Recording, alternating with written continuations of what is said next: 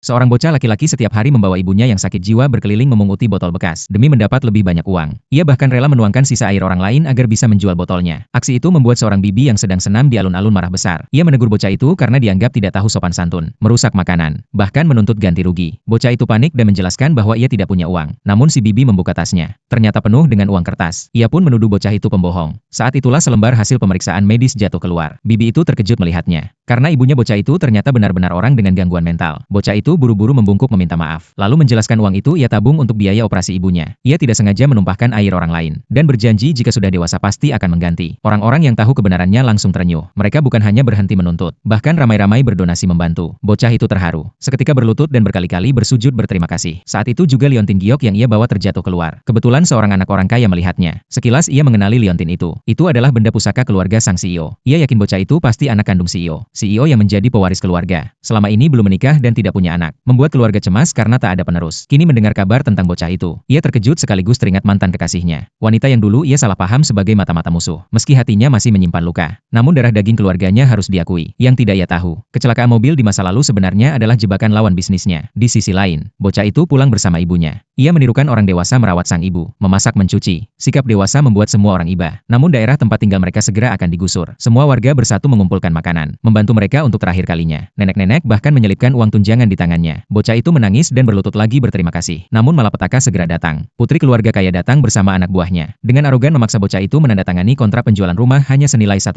Tetangga yang melihat langsung marah dan mencoba menghalangi. Namun mereka didorong kasar oleh anak buahnya. Putri kaya itu dengan congkak mengaku dirinya penguasa New York. Tetangga yang mendengar langsung gentar. Ketua lingkungan yang baru datang belum sempat bicara. Sudah ditendang jatuh ke tanah. Namun warga tidak mundur. Mereka berdiri membentuk tembok manusia. Melindungi bocah dan ibunya. Putri kaya itu makin murka. Ia menampar mereka satu persatu. Saat mendengar ancaman akan dipanggil polisi, ia langsung mengayunkan tongkat. Bahkan memerintahkan membawa bensin. Berniat membakar seluruh tempat itu. Situasi semakin kacau. Ibu bocah itu terdorong jatuh. Benturan keras membuat ingatannya mulai pulih sedikit demi sedikit. Namun sebelum ia sempat bicara, putri kaya itu sudah mengangkat kursi hendak menghantam mereka. Ibu itu refleks melindungi anaknya dengan tubuhnya. Putri kaya yang dikuasai amarah langsung menyalakan korek api. Berniat membakar mereka hidup-hidup. Namun di detik genting itu, CEO tiba-tiba muncul dan menghentikannya.